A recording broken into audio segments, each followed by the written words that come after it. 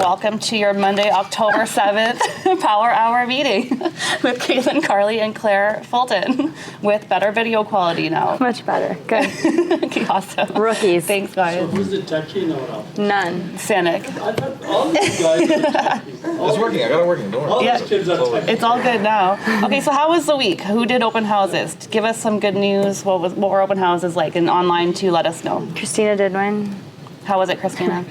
Busy? Both days? She had one day. Just one day, what, Saturday or Sunday? Sunday. We're on Sunday. Okay. And that property's been on the market for 2 weeks or so. 2 weeks we dropped the price on Thursday. Yeah. And it brought 12 people? 12 groups. 14 one night. Yeah. Yeah. But everyone's thing was they either had their house coming up for sale or their house was for sale. Yeah. And they're waiting for it. Which is a common thing we've been hearing a lot. People book showings now and then we'll be like, are you ready to go? And they're like, oh no, I have a house to sell. And you're like, okay. So people are confused right now on if they should be selling their homes first or buying. There's only one guy in the whole group that didn't Yeah. have something. Even this home that was on the market, it's conditional on the sale of their home for their purchase. So we're seeing that a lot happening right now. Yeah, we've got some articles too that talk about how buyers are out there, but they're just taking their time. They're not in a rush. They're out looking and waiting, and they just want to see who's going to reduce their price first. They're So not even looking. they're taking time. They're just shopping. Showings are up, Or not so, even so I going. know that they're looking because showings are up.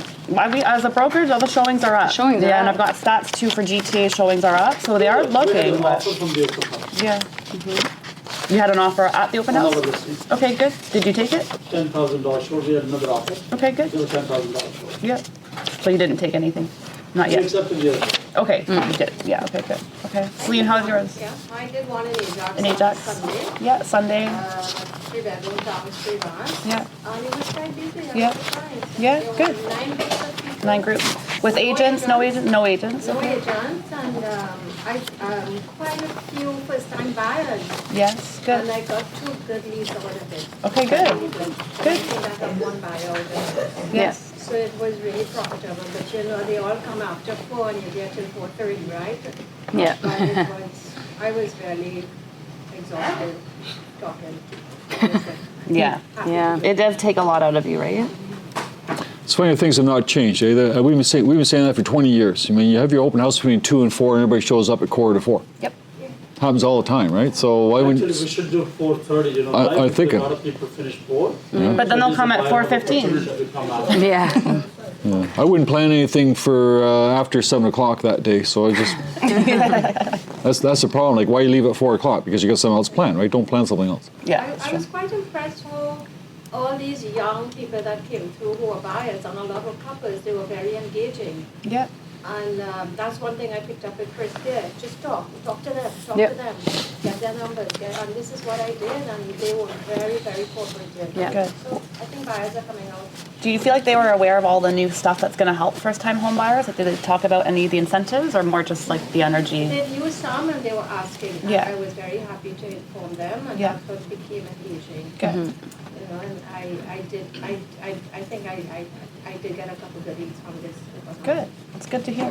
So that's already better energy just than the last couple weeks we've had. Every time we ask that question, we hear crickets. So we've heard 3 people by now, right? So that's good. Okay. We have a systems for open houses, right? We do. So I'm not sure if we can republish that or not. But We will be talking about that at our Systems for Success program, but it's also on YouTube. I have we did a session on it probably in April or May, and there's an entire recording on it. So if you guys want to rewatch that. So, okay, so I don't know. Do I want to get involved in that? I guess so. Yeah, of course Yeah. you can. So here's just going back to old habits, right? Old habits. You guys tell me what you're doing. Maybe I'm wrong here, but old habits where I'm doing an open house on the weekend. I guess I'll put my signs up 2 to 4. I put my signs up at 1:45, and then take them down at 4:15, and that's it, right? Is that what everybody's doing, or is everybody doing what you're supposed to do on open houses?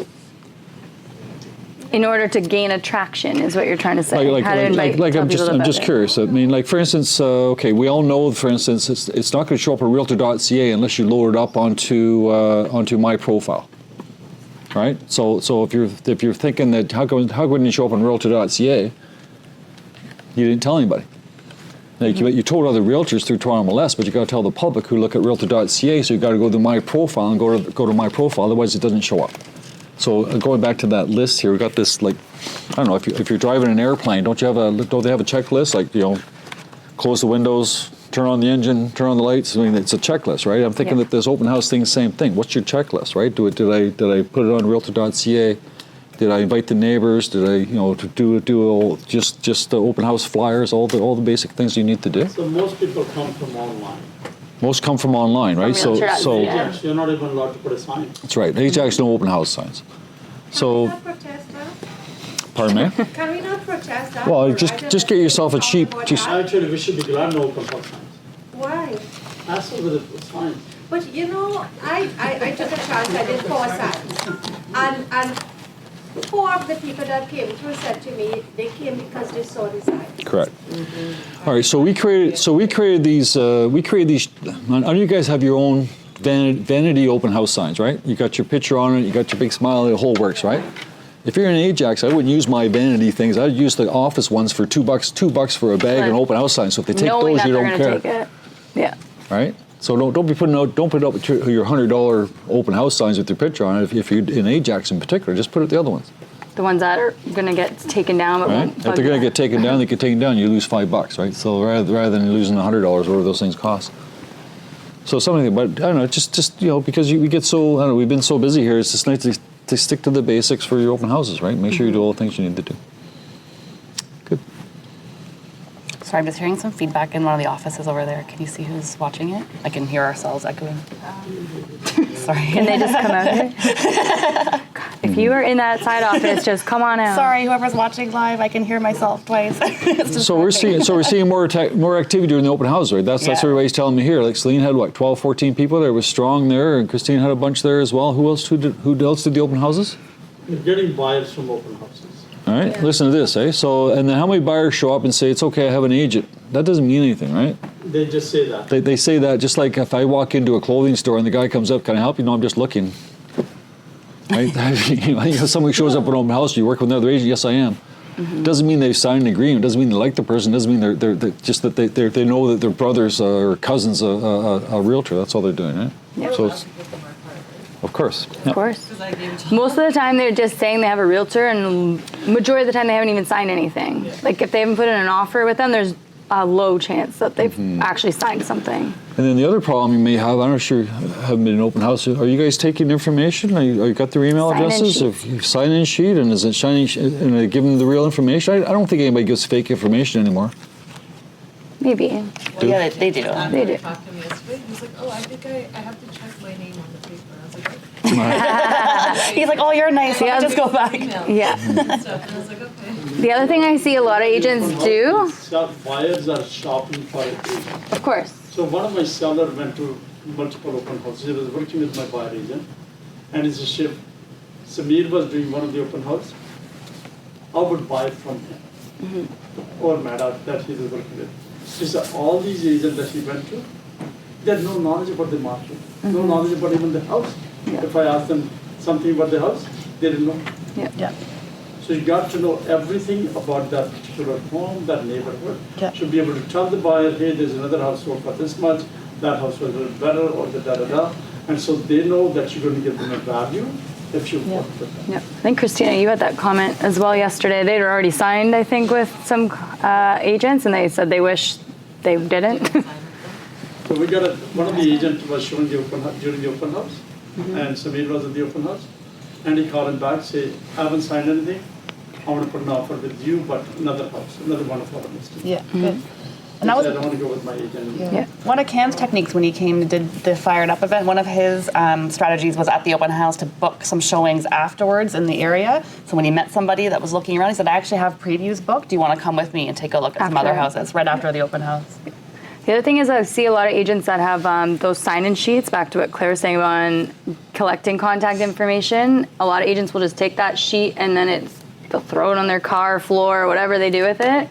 Don't forget to put that into your database or like on an Excel sheet so that you guys can now email, market to them, whatever contact information you're getting. You've got their mailing address, their phone number, their email. So they should be automatically put onto your CRM platforms right away so that you can continue to market to them to hopefully build that relationship. So a lot of you guys take that sign-in sheet and just crumple it up because they weren't ready to buy that house, but maybe they did like you and you can help them buy a different house.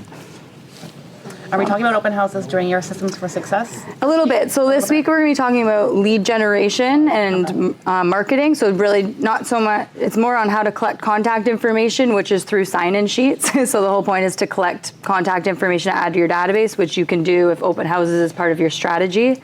When we get to the listing side on marketing your listing, I'm going to be talking more about open houses on that one. Okay. And Claire touched on it a second, but while we're on the topic of, This one's open important. houses, I swear every weekend I get this question and I get so sad because I don't know how else to communicate it. We talk about it in meetings, emails, WhatsApp, Broker Bay, and some of you are smiling because you know what I'm going to tell you. Claire mentioned it. There are 3 areas to advertise your open house. So the most important one is for Realtor.ca. It's a whole separate function of Realm Add Edit. So it's not in the listing itself. It's a whole separate little button. It's not Manage My Profile anymore. They've changed that as well. I'll send another email, but it's right in the prop tech. It's right you go to Add Edit in Realm. It's on the left-hand side, the last option, Open House. It's a whole separate section.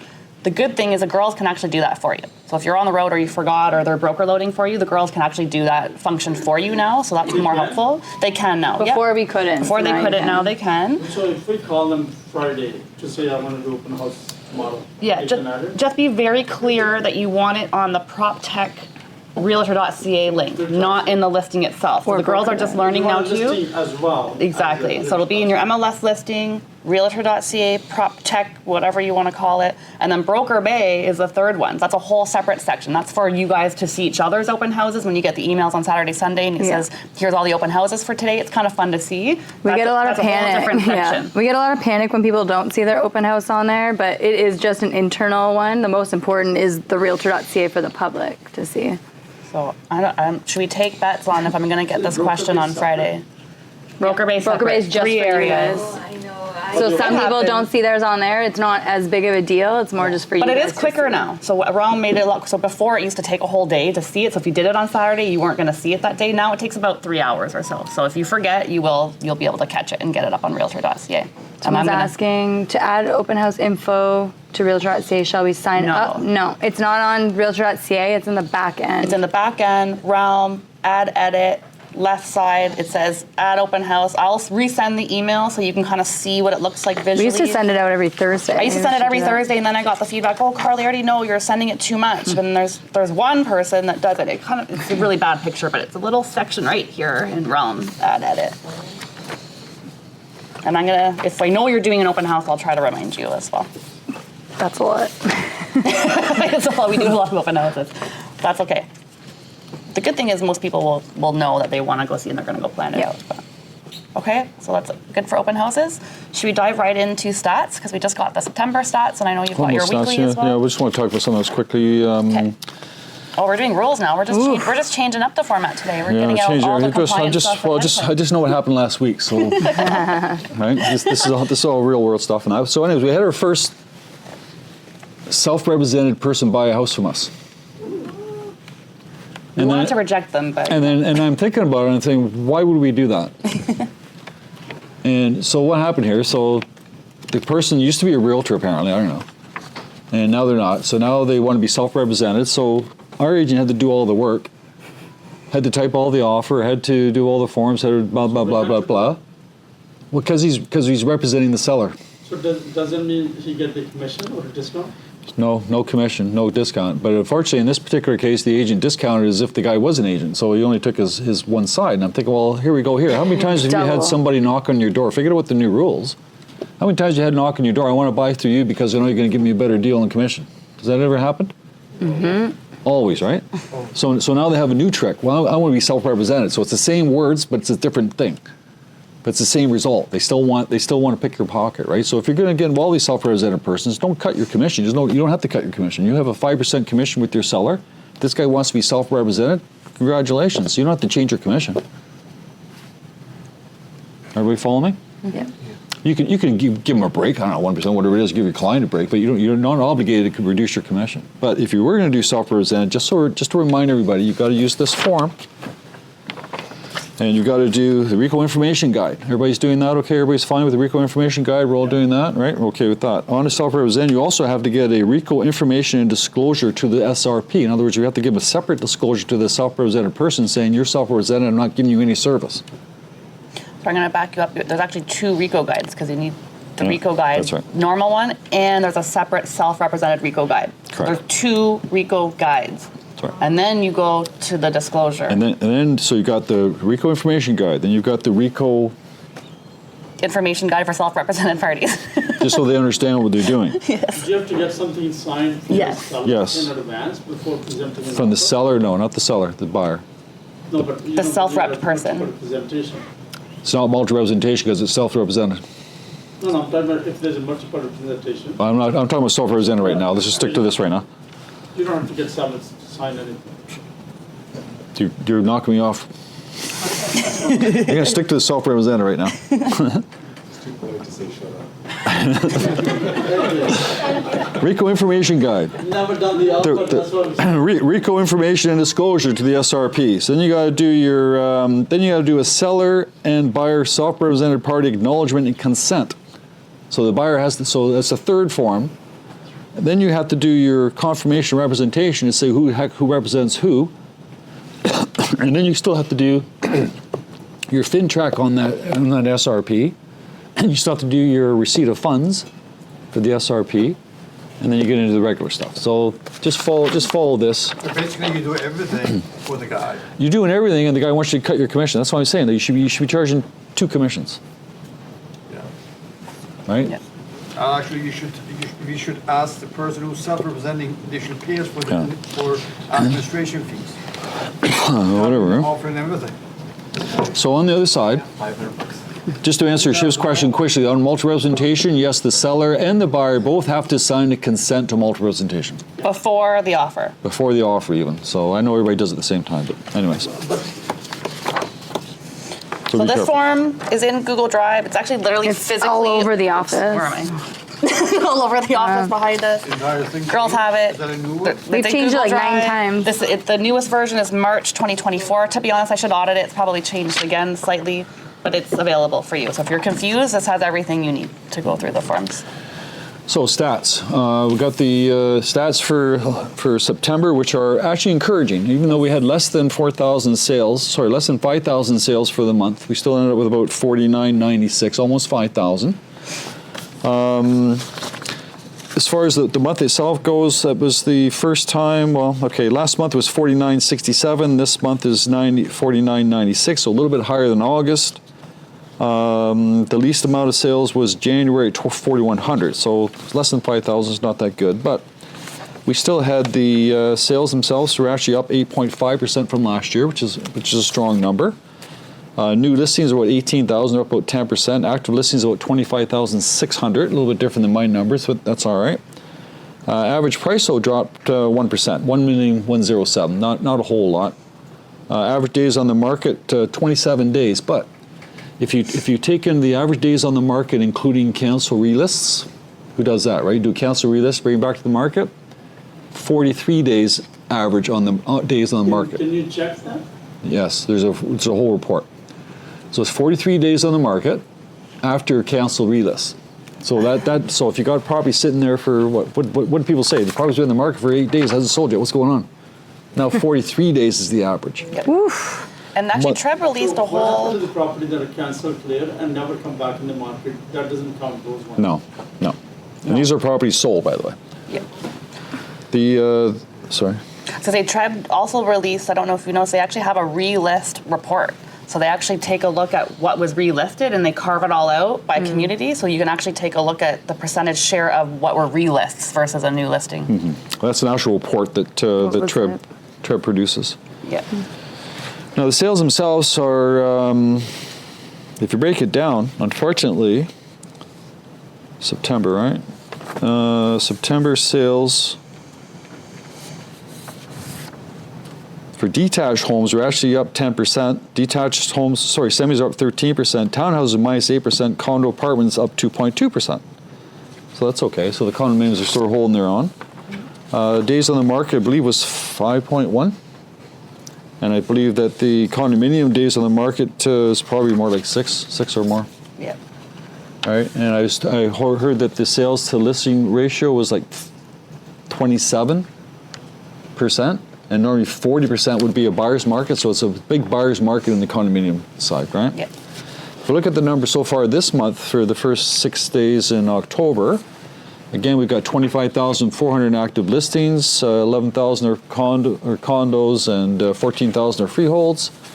Owner occupied. It's funny how we talk about stuff here, and then now the newspapers are picking up on it too. We should have done it before. Owner occupied. Of the condominiums, there are 4,000 that are owner occupied, or 37% of condominiums are owner occupied, meaning the rest are not. So what's that? 37 minus 100 is 57?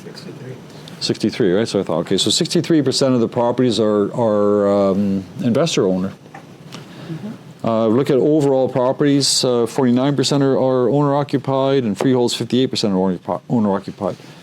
If I take condominiums that are less than 600 square feet, which tends to be a thing right now, apparently the builders, I don't know if you're going to get into it, I'll touch it on it later there, but the condominium apartments under 600 square feet, there's 1,658 of those, and 364 of them are owner occupied, or 22%. So almost over 70%, 78%, 72% are investor owned, which we know that, right?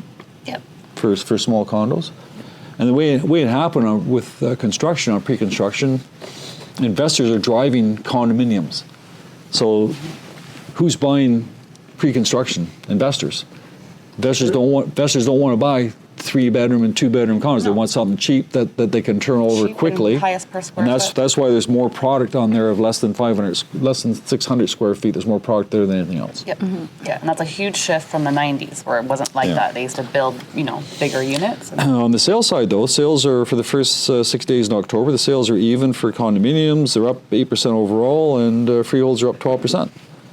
Properties that sold for over asking, 16% of the condos, 27% of everything else, and 32% of freeholds went for over asking. So the question always is, do I price high or do I price at the market? What's the advice nowadays? Be the lowest. Be the lowest on the street? In your category. Is anybody trying the hold off offers and try to get multiples? Is anybody doing that right now? Yeah, And is it being successful? 50-50. Yeah, it's 50-50, right? It almost works in a different way, though. It doesn't sell on offer night, but then if you hold on for another weekend, sometimes it does work, but not plan A work, but it brings in the buyer's eyeballs, at least, versus sitting stale. First 6 weeks, six days in September was very slow. So the first 6 days in October versus September, they're up about 50%. So, but it's only 6 days. 6 days doesn't tell you much. On the active leases, there's 14,500. Leases themselves are actually up 8% for the condos, up 6% overall, up 2% for freeholds. Good.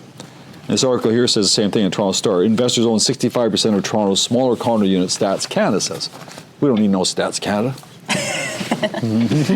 It's true. We've got all the same data, right? We've been saying this for weeks anyways, so it's not new. Yeah, good. Yeah, so are we in a recovery market or a balance market? Where are we headed?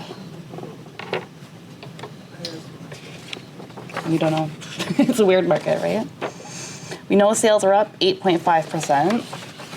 New listings are up 10.5%, so it's outpacing sales. Properties are taking 35 to 45% longer compared to last year. And because of the slowed sales cycle, active listings are up 35.5%. So even though we have an overall supply shortage, we have an oversupply versus the demand in the current market of what's actually selling on MLS. So house prices are still grinding down, but it's just a small, about 1%. So lots of data from TREB and Stats Canada. Everybody's sort of giving their opinion. TREB will argue that the uptake in sales we're seeing is a result of favorable market conditions, such as interest rates and the revised mortgage guidelines. But the GTA might be more balanced than on a path to recovery. So we're not on a full path to recovery yet, according to TREB. long-term sideways market rather than upwards one. So we're kind of at this point where like not a lot is happening, and we're kind of hovering over these same levels. So we're not quite recovered yet, but it is definitely a little bit more balanced. Lots of changes we've seen. We talked about these over the past couple of weeks, but we have 2 rate cuts from the Bank of Canada, reduced 5-year fixed mortgages, introduction of longer amortization periods, not only for first-time home buyers, but for everyone, and the ability to insure mortgages valued up to $1.5 million. So all these factors can make the market more affordable for some buyers, but they're still limited by high mortgages and inflation and just overall cost of living. So that's sort of the challenges that we're seeing right now still. We talked last week about ending the stress test, so that could help existing homeowners on renewal build some staying power into the market, but there's still some consequences of that too. You still have discharge fees. It all depends on what your current mortgage is too, right? So we'll talk a little bit about some of the consequences of that. You can't necessarily just change your mortgage or renegotiate, even though there's no stress test. There's still other consequences involved. Which one do you have? Yeah. So like I said, supply is still outpacing the demand, and they're anticipating a good fall market, but I think most of the recovery, like the true recovery, not just balance, is going to happen in the spring of Q1 next year. We still have high prices. We've talked about every week how prices are still high, right? So, Did anybody notice a difference at all in the buyers at all, like with the change in the amortization or the change in the high ratio fees or the amount, the 1.5? Is it too early to tell, or? I think that's a benefit because we have a lot of buyers. They want to stick to under $1 million, even though they qualify. And now there's no limit. They can, 1.5, right? What's that? 1.5 for the. Yeah, now like they can go 1.1 at least, or 1.2 or whatever the qualify. Yeah, as I said a couple of weeks ago or last week there, can you imagine getting $1 million mortgage? Yikes. yeah, it's still high. These days, $1 million mortgage is nothing. Really? Oh boy, okay. Go over the changes for that new law for 1.5. Yeah. Yeah. Starting December 16th. Yeah. Yeah, so there's a couple of, so first of all, they changed a couple of things, right? You talked about the 30-year AM. Yeah. But that's available to first-time buyers. Originally came out first-time buyers for brand new houses. Exactly. But now they've extended it to everybody. So you got a 30-year AM for new homes only, not resales. Yeah. High ratio and new homes. Correct. Sorry. 30 years for everybody. No, not everyone. For first First-time. time. First-time home buyers for all types of first-time houses buyers and for for all- new construction. And Pre-gone on. but whatever resale doesn't. Yes, This for is a first-time home buyers. All first-time buyers, regardless of the deposit down payment. 30-year I thought it was amortization. only high ratio. No. The 30-year amortization is available for any buyers buying brand new houses, Yeah, right. not first-time buyers.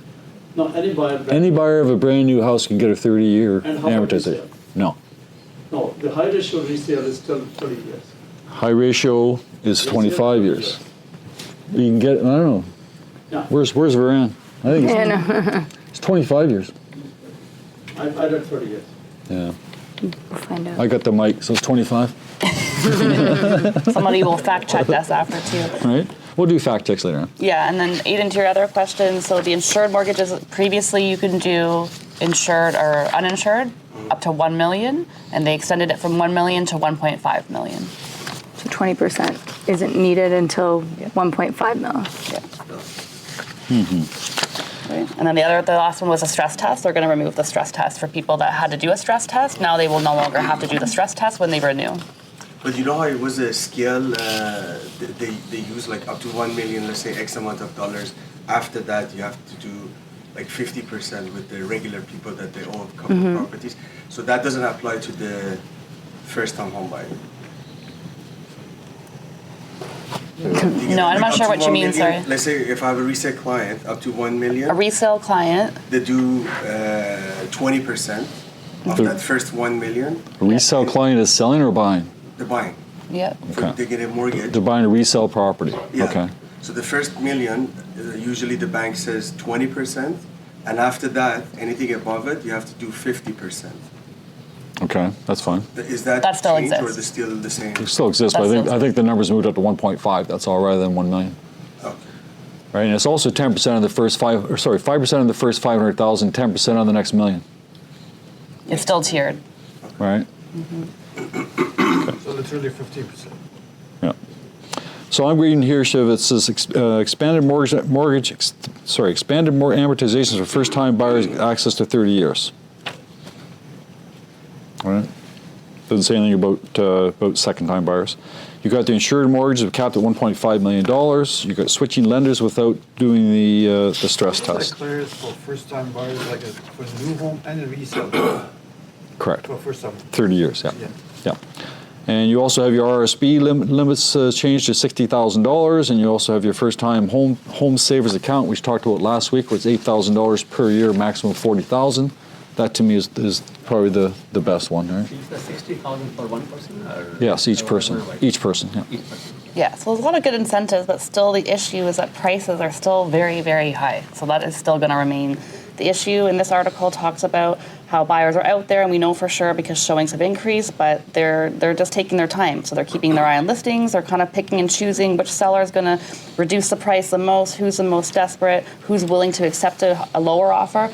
And we know this because we get calls on our listing saying how motivated is your client, how low are you willing to go? Okay, let me let my client know, and we'll see if we can do something. So they're just poking around. They're trying to see where they can get the best deal.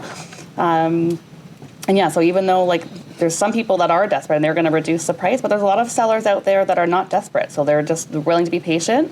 There's a lot of condos that have been sitting on the market for even 18 months. So they maybe sit, and then they finally just get one offer and it works out. So those sellers can afford to be patient. They can wait it out a little bit. But otherwise, yeah, people are kind of just scoping out and waiting to get those prices down. And it's people different opinions and speculation of whether it's going to go down or not.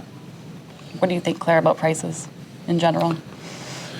We know we're going to get a rate cut later this year. I think the prices are still too high. They are still too high, but are they going to come down or not? Prices are not going down. We're just Well, we're in a steady. buyer, if you tell me there's a buyer's market, you're saying that there's what 27% was the buyer's market list to sales ratios. Are prices going to drop? I don't know. Canadians don't like prices to drop, so they're going to hang on. How many clients here have sellers that just won't reduce their price? They'd rather take it off the market, Yep. right? So, I Lots had of them exam taking mine. off market. Took it so I off- say like took it it's, off. they'd rather Mine, I took it off the market. He didn't want to reduce it. I He know. didn't want to change it. Exactly. He didn't want to accept. Yep. And after it was off the market, I received the offer that the owner wanted. Yeah. So we sold it. Yeah, Yeah. so always So happens. there's a time factor, right? Yeah. So they had the time, so you can still spend the time. Doesn't really matter what we think or what we project here. I mean, you have to look at the motivation of your seller and see how we can get things going today, right? And as long as you're buying and selling in the same marketplace, it makes no difference, right? Prices going up, prices going down. But the only problem I do have is you've got some people out there that can't pay their mortgages, and the mortgage rate's going up, but they'll go to they'll get a private mortgage at 10, 12% there rather than reducing the price and get rid of it. Yep. Right? So what is it just Canadians? Is it their ego, their think so, pride? What yeah. is it? Yeah. Like, Yeah. yeah. Stubborn.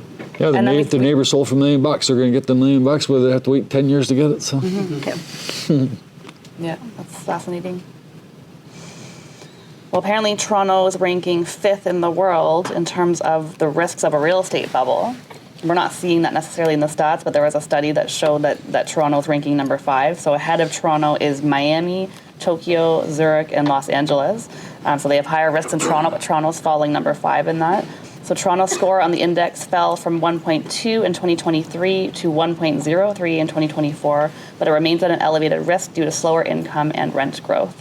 So factors such as ban on foreign buyers, rising inventories, subdued economic outlook may prevent a resurgence of the real estate boom in Canada. So everyone has a different sort of opinion depending on which stats you look at and how you cut it, right? The way they use that stat, they just compared the average selling price to the average income, and they came up with a number. That's how they ratio, That's how we go with that number. So they're saying that Toronto's in this bubble compared to everybody else. Yeah, that's fair. I thought this was interesting. In Calgary, for September, our sales were up 8%. Sales are up 8%. Prices about even.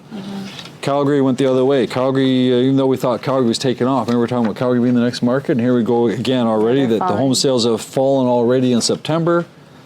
Boris says the benchmark prices of all prices. Get this, the benchmark price for what's our benchmark price in Toronto? It's got to be 1.1 million or so, right? In Calgary, it's 596. Crazy. So remember we talked about Calgary being a good investment place in that, but they've dropped too. They're saying that their sales dropped 17.6% in September. Yeah, they had a boom. Land transfer tax and no development charge. Yeah. Yeah. There's no development charge. I don't know about development charges, I don't but I know know the taxes are less. We have They have that- like property they have that- taxes, which is a lot, but they don't have a land transfer tax. Zero. Yeah.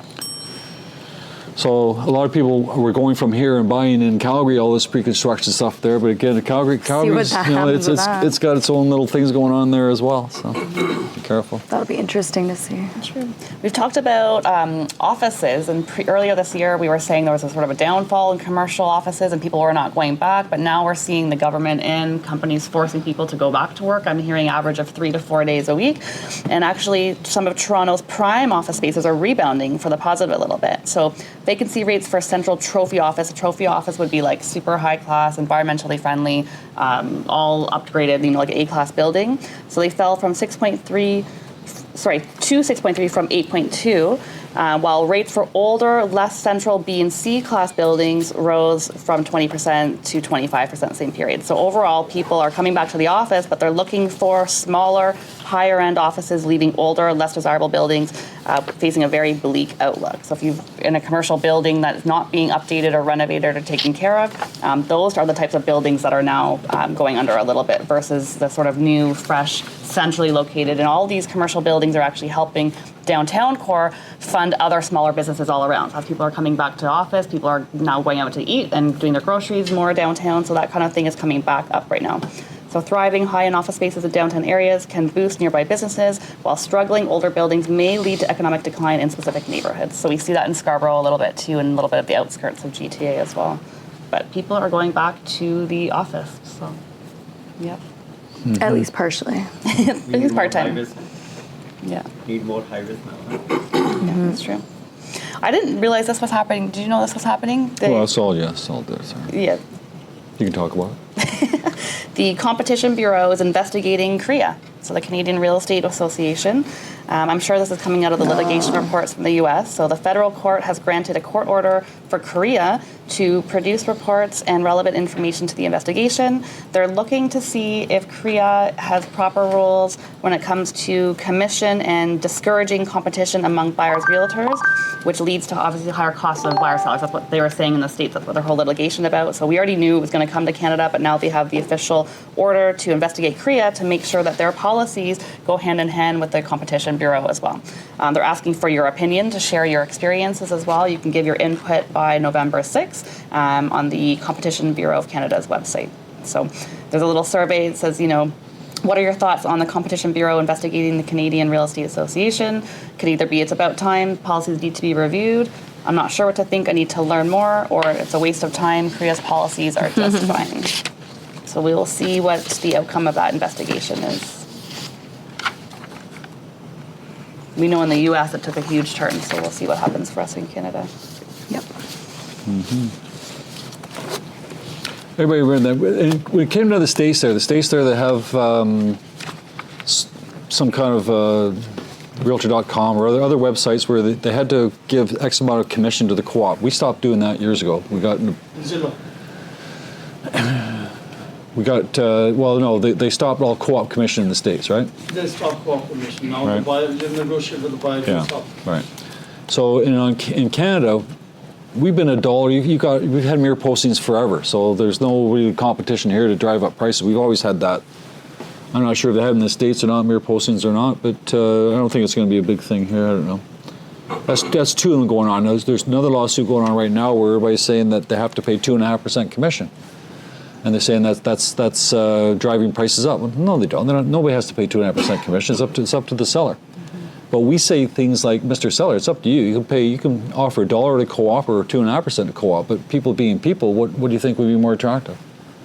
And the Competition Bureau and don't like to hear that. Don't like hearing that humans are humans, right? If you're going to get $1 for this and $2 for that, which one are you going to go for, right? Mm-hmm. So they don't understand it, right? They don't go after the telecommunication. Well, they should be going after the gas stations and the banks, because I don't know, every gas station I go to, it doesn't matter. It could be 4 gas stations on the 4 corners, and everyone's selling the gas the same price. Exactly. Yeah. Right. So if anything's going on, it should be that those guys, right? If you go after Rogers, if you go after Bell, if you go after this. Yep, so we talked about stress tests and renewing your mortgages. So people are saying now is a great time to look into that because rates are dropping, but they're, giving some caution. So if you've got clients that are going to renew their mortgage, ask them to look at their original contract because there's going to be stipulations in there that will allow them to do that or not. So watch out for things like discharge fees. Typically could be about 3 months of interest, but depending on your contract, it could be more. So it's always coming back to your contract and what the original terms have said. There's even some people that are suggesting if you have high credit card debt, but you have the opportunity to renew your mortgage, you could also consolidate that because you may pay less in your mortgage rate than you are on the credit card side of it. So these are people that are heavy in debt and relying on credit cards to sort of fund their life. But again, check the contract of their original term. And just be aware of things like legal fees, appraisal charges. So they were likely going to send in an appraiser to come and reappraise. There's a fee for that as well. Registration charges and discharge fees. So even though there's lots of opportunity for you to renew your mortgage, just to pay attention to your original contract as well and make sure you're doing the math properly. So if you're going to help your clients with that, make sure that they're reading that and that you're talking to a broker like Varen to help you out with that. Taking turns? Yeah, you can keep going because now I'm in compliance and then Katelyn will have some training for us. Okay, all right. So I don't have a lot.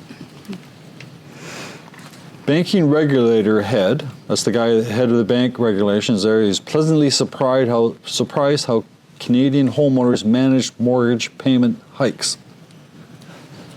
This is the guy that decides the mortgage rates, right? And remember they went down, and they went up. This guy makes the decision. He's glad how well the Canadians handled it. There wasn't. Because they're using their credit card debt instead. He says that he's pleasantly surprised by how well Canadians have weathered the wave of mortgage renewals so far, mortgage renewals. Saying here that February 24, 76% of those already have or will come up for renewal at significantly higher rates at the end of 2026.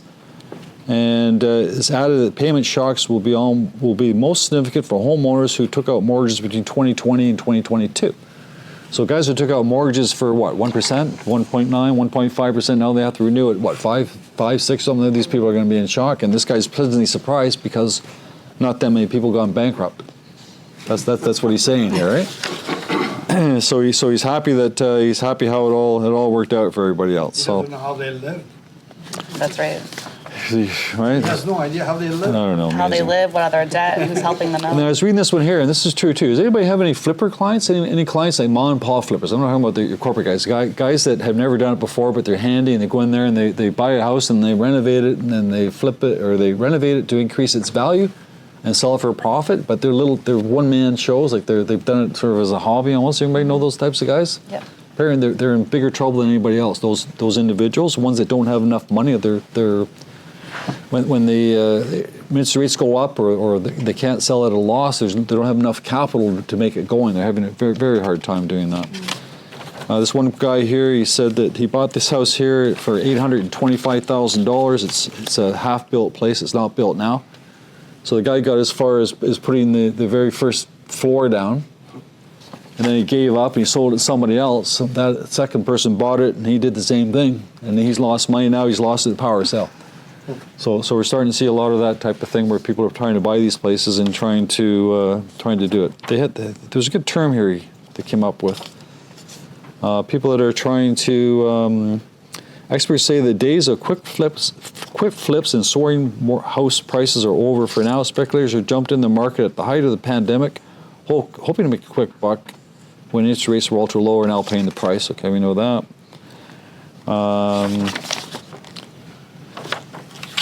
I like this word here. It says it's become a very substantial part of my practice. This fellow here says he gives 5 to 10 power sales each month. This is a lawyer saying that. So he's getting lots of power sales coming up. Have we seen that yet? Yep. I was going to say our starting to see more and more power search doubled for power sales. Yep. And this guy here says it's pretty good. He says, for those looking to flip a home or force appreciation. Understand that? Force term? it. He's going to force the appreciation by renovating the house. Increase the house by renovating is a risky strategy today. What? Yeah. Risky strategy today. To buy a house, renovate it, and flip it for a property is very, very, very, very, very difficult. I was also reading it's risky because the original flipper, the person that flipped it, may not be licensed in home building. So now they've renovated it, they sold it. Now that new owner takes the risk of that original flipper not being licensed. And I've read that new owner now has to go look into getting licenses because that house has never been occupied in that current state. And I don't know if enough people are talking about that for the new owner. That's a difficult one. So you think you buy it and you're going to be the one to move into it, but you actually have code requirements and permit stuff you have to fix up from the original flipper. I don't expect anybody to remember this, but I'm going to say it anyways. So when somebody buys a house from a builder and they're going to flip it, but nobody's ever lived in it, right? They're the original owner. They have to buy terror insurance. They're now selling a brand new home that's never been lived in. They have to get terror insurance just like the builder did. They are considered the builder. Yeah. Everybody's looking at me with 4 eyes here. I'll just say it. They don't have to. They don't have to, but it's the law. So they're subject to fines if they don't. Okay, so you understand what I'm saying? So somebody's bought a house from a builder, and they've never lived in it, and they're flipping that property has to have a terror and warranty. The terror and warranty is with the first buyer, not the second one. Like when they assign Just it. don't argue. It's one of those things. Yeah. So if somebody comes up with one of these, talk to me later on. I'm not going to deal with it right now, but I'm just telling you right now that there's a secondary terror and you have to have. I read the same thing, and I was the first learning for me that I read that. It's not that bad. So it's $800 for the second guy. The first guy it's like 20 grand, right? So the second guy is quite a bit less. Yeah, So and it's more not the concerning same. when you're assigning it. So when you're buying it from the original and then you don't move into it and you're assigning it, like reflipping it again. That's where And we got a lot of Rental, that's transferable. somebody's lived in it. it's been occupied already. It's been occupied, right? Beware of the unlicensed builders. You got these guys here buying stuff up where Yonge Street and Shepherd, Bayview, and all those places. There are these builders going in there and tearing down the house, building new houses, and pretending that they're moving in. They're not. They're saying they're not builders. They're buying it for themselves. Well, Yeah. you have to be careful with those guys too, because you don't know whether they're licensed or not. Yes, that's the same I was reading them too. And Don't have terrain warranty. yeah, there's nothing, right? And sometimes they don't even give you a builder's warranty. All right. That's fine. Okay, so just be careful when you come to the situation. You'll talk to Nelson myself when that comes up. Yeah. So you mentioned Power of Sale. So we have an internal brokerage search. You can see it in Realm. It's called Power of Sale 2024. And 2 weeks ago, we were sitting at about 99 listings. And I don't have every single one. I've tried my best to get at all the banks I can think of. And then as of today, there was 242 listings. So it is increasing a lot. Still not a lot out of 25,000 in the big picture. But definitely in the past 2 weeks, it's almost more than doubled the amount of I'd listings. be curious to see how many of those 200-something are private lenders. Yes, that's actually true. I could do some math on it. I can see like some of them have been on the market like 150 days, average 43 days. They're all over. Durham, Peel, Toronto had the most, which makes sense though because I have most listings anyways. But yeah, and the prices are ranging from 800,000 all the way to just under 2 million. You got some fun compliance stuff too, so do I. Okay, so we'll be quick and then we'll move over to... I'm just going to be quick. Okay, cool. These are some fun rules. We should all know this because we all took the MLS orientation, back when we got our license, but these are good reminders for you. This one is on photos of your listings and adding embellishments or photoshopping them. So I've seen some really funny photos on MLS lately, and they only get in trouble when somebody reports them, right? But just to remind you some of the rules, you cannot add wording or embellishments to the actual photo itself. So even though Trev will watermark it, you'll see the brokerage at the bottom. You can't add your own brand or name or website, or you might have even saying like reduced price or oversized lot. Like people try to put little captions on the photo. You can't do stuff like that. So you can put a line around a parcel of land for sale, but that color has to be pretty obvious. It can't be like pink. They're recommending you do red, black, or white, so it has to be standard color. Like if the Fulton sisters were to put a pink border around it, they would think that we're trying to brand ourselves and make it look, Fulton, so you can't do that kind of stuff.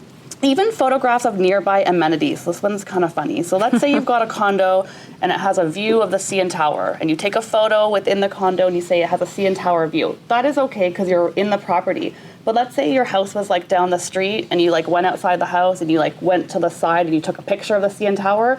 you can't include that photo of the CN Tower as part of your listing because you didn't take the shot from the property itself. So even though, yes, the CN Tower is like nearby, and you want to advertise that as an amenity, that photo couldn't actually be used in your listing unless it was taken from the property itself. So does that mean like parks and stuff too? Like you can't be taking photos of the area? Yes, Interesting. unless you were like standing Like in the the property water. itself and you can see it. So everyone's doing it. Because We know lots the of people do reality. that. Yeah, of course. Like the waterfront, if it's like a walking distance, Somebody's you got can't. somebody's got too much time in their hands Yeah, to follow those yeah. rules. So. I'm just telling Just you the house. the rule because the fine was $500. Okay, so I'm just letting you know. You already know this one with things like for sale signs. You can't have your for sale sign photographed in the front of the property. Usually, our photographers will blur that out. Just so you know, here we had an agent that had a sign on the front of the property, and the client only wanted to pay half commission, so it was exclusive listing, right? So the agent put a sign at the front there, and then somebody drove by and gave the heads up, say you can't. You have a problem with it? Anybody see a problem with that? An exclusive listing sign on the front of the property? Anybody see an issue? If it's been there longer than 3 days? Yeah? No, if it's Or sticker. It's not written exclusive. Yes. MLS there, you know, there was like. Okay. I'm just okay. So, really? Really? Okay. There's an MLS. No, they had an MLS sign on it. Had an exclusive on it. Okay, so what did they do wrong? You can't have both. It has to be Can't have a sign on It has to be one. either Gotta exclusive cover or it. MLS. There's two guys got it right. Is 8 and 1? You're not allowed to have a sign on any property unless it's on MLS in 3 days. And the person was told last week, by the way, you better do this. Nothing was done, so I had to write them a letter and say, by the way, I don't care. It's up to you. But the last guy that didn't put an R symbol, didn't cover up the MLS symbol, I'm thinking he got fined $2,000 and had to take a 4-hour course. You had to take a course. I took a course. I didn't talk about that part. So and that was just the MLS thing. So can you imagine somebody leaving a sign on there past 3 days? What you're going? It's going to be a $5,000 fine. All right. So be careful out there. Yeah. So say that you cannot put yourself into one of your photos. I've seen pictures of like the agent like in the kitchen, like showcasing the kitchen. You can't brand This is yourself. not Instagram? It's not Instagram. You can't include, I don't know why people are doing this anyways, but listing photographs that include family photos. So I guess you're trying to show that it's like a family-oriented house or something, but you can't have pictures of like people or your sellers in there. Branding of any kind, no writing, no watermarks. All right, so virtual staging, yes, you can virtually stage, but it must be to scale and it can't be misleading. So you can't put like a 7-seater L-shaped couch in a 400 square condo and like shrink it and make it look like it fits. So it's gotta be somewhat realistic. But yes, you can do virtual staging. You do have to disclose it in the description, like the remarks as well. Even things like making the grass a little greener, sky a little bluer. Yes, you can like Photoshop and make the grass a little bit greener and do your twilight, make the sky look pink. But if the property didn't have any grass at all, you can't like put grass on. So you can like enhance things, but you can't like add things that don't exist, right? So that there is, renovation. yeah. You know what I like when I see a property with photos? I like to see description of what I'm looking at. Like in the heading, bottom. there's a In caption particular, section. I've been looking recently at some properties outside the city here, and some have like 4 bedrooms and plus bedrooms or whatever else, and all I see is these bed. I have no idea. Is that the primary room, second room? Is that the basement? Is that the upper? Like, Yeah, so it'd be real simple to put a description. I like looking at a description and saying like, you know, primary bedroom, second bedroom, basement washroom. yeah. Like you could, problem is you can put out 40 photos there now, so now that's a lot of rating. But at the same time, average commission is 20 grand. Yeah. So Yeah, I would also argue, even though you're allowed 40 photos, in a market like this, we've been picking and choosing like 10 to 20 photos. So you don't need 4 photos of the primary room. Just your best shot. Or like a because dirty buyers storage are room. quickly, they're looking through 25,000 different listings, right? So get your best photos, make it quick, tell a quick story. It doesn't need to be every angle, every single laundry room, like even the basement. I don't Storage necessarily- rooms don't need You're to be trying in to entice there. them to go into the house to go see it. So even things like Matterport, we're not doing anymore because it just shows too much detail. That's another we want thing, you to yeah. come in the door. You want showing. So kind of less is more in a During market like COVID, this. it made sense because you Yes. didn't want them going into the home, but now you want it's funny them you to. say that because Less is more. maybe it's me, but I'm looking at some listings there and they says virtual tour. I click on the virtual tour and you get a Matterport. You don't- I don't want a that's too much. Matterport. No, it's too just, much. you gotta click the button and click this, Yeah, and yeah, it's, imagine doing that on your phone. I do it on my computer. I just can't Yeah, imagine it's just Matterport. too much detail. It's like a $400 thing, right? Yes, keep it simple. Someone's asking about drone photos. like for the area. No, you can do drone if it directly includes over the the house. house. So it's got to be, the house has to be in it. You can't just like go and do a drone. I'm not, okay, you can do whatever you want. I'm just telling you what the rules are. So I know what the street reality is. But yeah, that house should be in that photo of the drone so you can see where the water line is compared to the house. But it really shouldn't be like of the landscape around the house. The house should be included in it. This is really quickly related to taxes. I know I'm kind of switching a little bit. We get this question a lot, though. I'm going to ask the question and just show you what the answers are.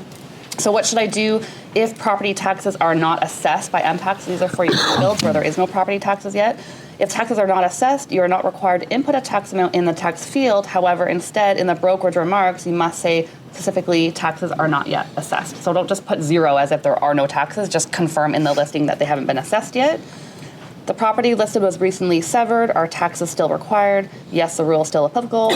The property must be officially severed before it can be published on the TREB MLS system.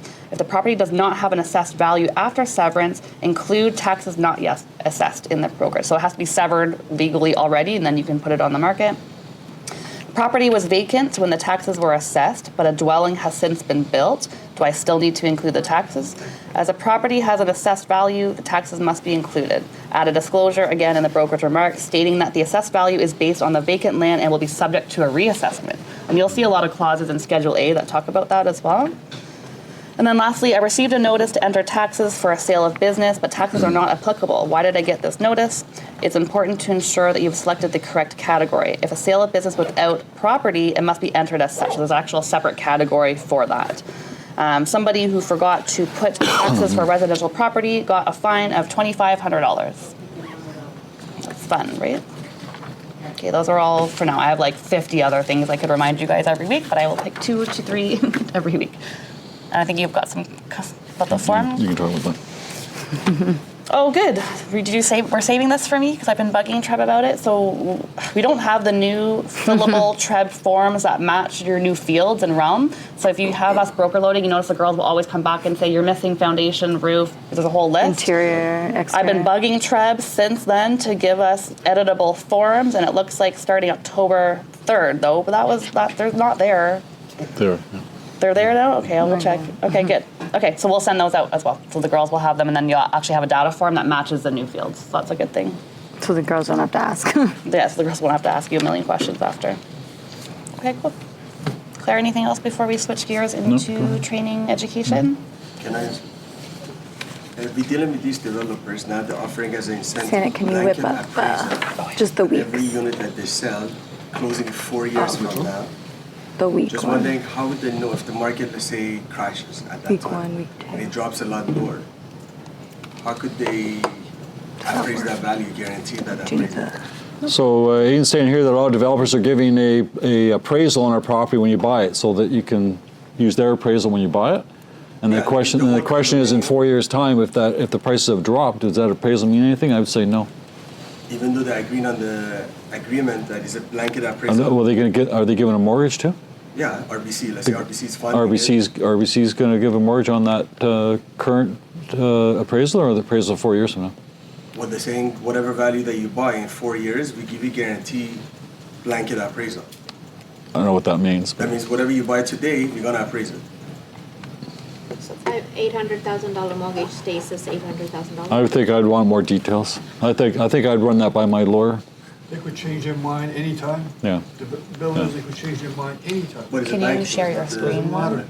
They could, the banks are the same. Yeah, they don't.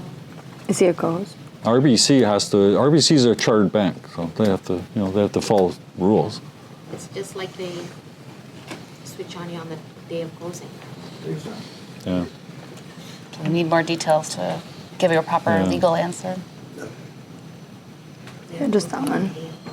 I'm just going to end it off. I won't go too into detail, but just to remind you guys that we are starting the 6-week Systems for Success program this Wednesday. I keep getting a lot of calls. I think I've put out enough notice. It's Wednesday at 10:30.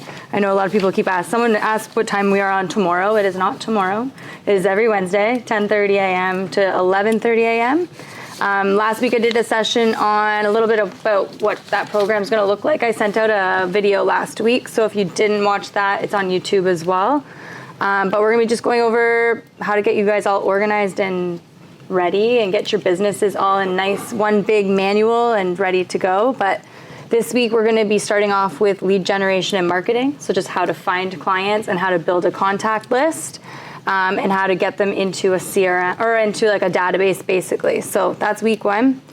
And then you're gonna be with me every Wednesday, including next Wednesday, even though we've got a long weekend happening, we're still gonna do next Wednesday. I don't even know the date of that, but every Wednesday, 10:30 to 11:30. Next week's gonna be on CRM, so how to nurture the relationships with those leads that you've built. We're gonna do the buyer experience, the listing presentation, how to market your listing, which is going to include open houses and all that good stuff. And then we'll end it, I think, November 13th on communication and schedule optimization. Sorry, I still am lacking my voice right now. You gotta be quiet. I know. So yeah, we'll see you guys there. It's going to be on Zoom, online only. And that's where we're going to start. You guys are going to get a workbook as well at the end of the session. I'm only giving you guys the materials if you attend. So if you don't attend, you will not get a recording and you will not get a workbook. So it's also to hold you guys accountable as well. So if you guys are participating in that, mark your calendars now and do some time blocking every Wednesday, 10:30 to 11:30. Not to be mean, that's just how we're going to run the program this year.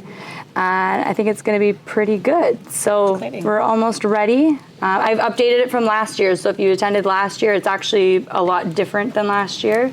So it'll be good. Is the recording available if you attend?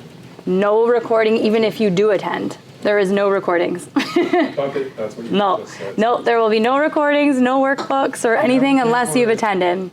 There will be the option to purchase the program afterwards. It is on a paid platform that I pay for on my own. So if you guys do want the recordings at the end of the entire program, I will have the option to purchase the program. But you guys are going to be going through it for the first time as well. So I'm also going to be tweaking the program too as we go. But yeah, that's going to be it. Do you have RSVPs already for the event? Or? I do, but I had some signups just to see how many people. I know some people have been messaging me saying the sign-up sheet does not work. That's because you're not using your Century 21 email. So if it's not working, it's because you're not using your C21 email. But I just want to get an idea. I will send it out to the entire brokerage every week of what the link will be.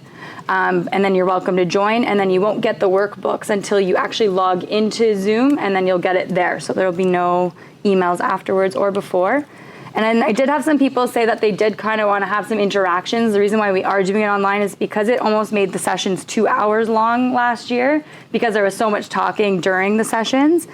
So I'm going to stay back or like hold back maybe 30 minutes after the session. So if anyone wants to stay back and ask questions and maybe like pick my brain a little bit, then I'll hold it for like an hour and a half or so. So if people want to ask questions afterwards, we can do that.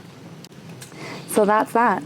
Cool. Exciting. Thank you. How many people have RSVP'd so far? I have no idea. Good. I think we'll get, last year we had about 100 people each day. We actually changed it last year. I did it 5 days in a row.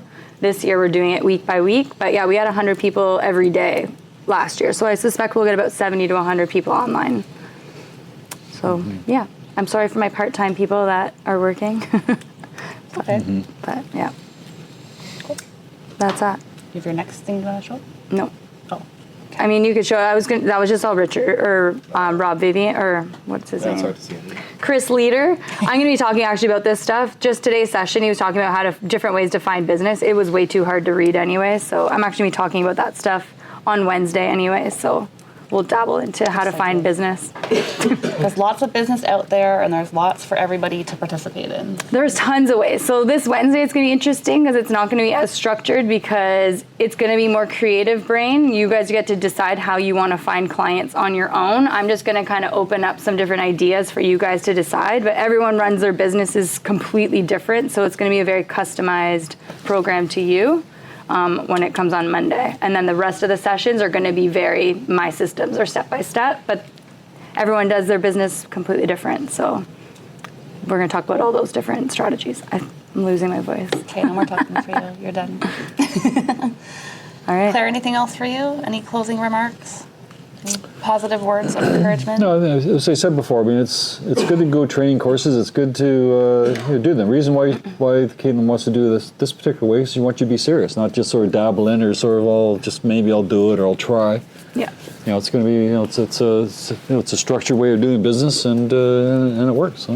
And I think it's different than what the other coaches are teaching you guys. So it is a little pieces from all the coaches, but it's also what's working today in today's world for real estate agents. So I think it'll be good. And it's free. So I'm not charging you $1,500 like the other coaches. Good. Cool. Anyone have any properties that you want to talk about or let everybody know about? I guess we'll see them on MLS. How's the rental market? How is the rental market? Well, I think you'll know how the rental market is. We need Morale here to give us an update too. I've been noticing in some of my rentals they've picked up this month. For some reason, I'm getting a lot more showings on my buildings that we've got. But super price sensitive. Like I'm seeing people reduce prices for rentals to get them moved. Yep. Especially in the smaller, less than 600 like condo kind of rental. Speaking of the rentals, you know how newcomers to Canada, when we take them for the showings and then the landlord agent says, how many more months are you willing to offer? Then let's say you agree on even 12 months up front. The tenant moves in, calls the landlord-tenant board, requests a letter, they can get the money back too, can they not? I think they can. Depends what it says in the lease itself. Did they voluntarily give 12 months up front, or did the agent demand it? But I asked the lawyer, they said even if they write down voluntarily, they could stand for it, and they say they forced me to write this down because otherwise I wouldn't get the place. Yeah. Yeah. See, I have one, okay, where the Schedule B, I'll say it's our listing, Schedule B said the tenant voluntarily gives 12 months post-date or 12 months upfront rent. Is that for deposits? Okay, so I'm the listing agent. I'm the seller, and I put it in my schedule that the tenant voluntarily pays 12 months up front. Then I'm not protecting the Then interest. it's not voluntarily. If I'm the tenant and I don't agree to that clause and cross out, you're not going to rent it to me. So I'm going to agree to it, but you forced me because it was your clause, not my clause. But our clauses are for our tenants. So I'm going to move in, then I'm going to complain and get my 11 months back. Got it. So saying let the tenant So put it in their so schedule. I just said, you can't say that the tenant volunteered when you put it in your Schedule B. Yeah. Yeah. It has to be in your own. You follow me there? Yeah, that should be on the tenant side So schedule. that means who's going to be in trouble? Me as an agent? Oh no, you got to tell your client, this is against the law. I'll try to get the 12 months for you, but if they come back for you, that's your problem, not Yeah. yours. You're out of it once the tenant's there. It's between them and the You know it's landlord. against the law. It's against the law to charge more than first and last. So then they can get the money back. Yeah, I think they would. Put it in an offer that as a tenant, they. If the tenant created the offer, put that clause in there, that's another story. Then you got something to argue, right? But you don't get that. Like somebody thinks, I'll be smart. I'll put in the tenant voluntarily agrees. Well, he can't be on your paperwork if they volunteer. I just Yeah. lost a house in auction for that, for a lease, and the agent was the homeowner. Yep. He said, well, tell them to pay more. So my client was like, okay, I'll give him 3 extra months. And then I talked to him, then he calls me back and he says, we're in a financial hardship and we can't put appliances, blinds, and air conditioning for you unless your clients are gonna pay the whole year up front. What? But think of what you just said. How do I know you're gonna pay the mortgage next Yeah, month? yeah. You're gonna take like all their money. He's like, well, then they're not getting it if they don't want it. And We it's don't want like, it. Yeah. all they're asking for is appliances. Can we find these? Blinds. They didn't even ask for blinds. They said put a rod or can we put a rod and air condition. And this guy was like, no, and they're both agents that own this house. Oh my gosh. I was like, oh. Can you report them? You could report them to I don't know who'd you report them to? Rico? Human rights? No, the law should have just agreed with it, and then you go and you slap him up after. I've had cases where people agreed. Pete's right. I've had cases where people have agreed. They come in, they say, okay, I'll give you 6 months up front. They moved in, and the first call they make when they move in is the LTB that want their money back. Right? Yeah, like my clients are like, they're like, we don't want to fight. Yeah, it's not a good experience for anybody. You're not fighting, Yeah. just standing up to your point. Yeah. Interesting. Just remember, remember it's your client's decision, not yours. You take zero responsibility. It's the landlord takes 100% responsibility for every decision they make. You just have to you just make sure you tell them what the law is and what they're asking for is against the law. They can still do it if somebody does it, but it's not your responsibility. You're not allowed. Anyone else? No? So no meeting Monday for Thanksgiving. We'll see Katelyn for her first session this Wednesday at 11:30. 10:30. Sanic missed the first 5 minutes. 10:30. I said 10:30. No, he said 11. Wednesday, This is why they're getting confused. Wednesday at 10:30. 10:30. Have a I'll good send an weekend. email. Have a good week, everybody.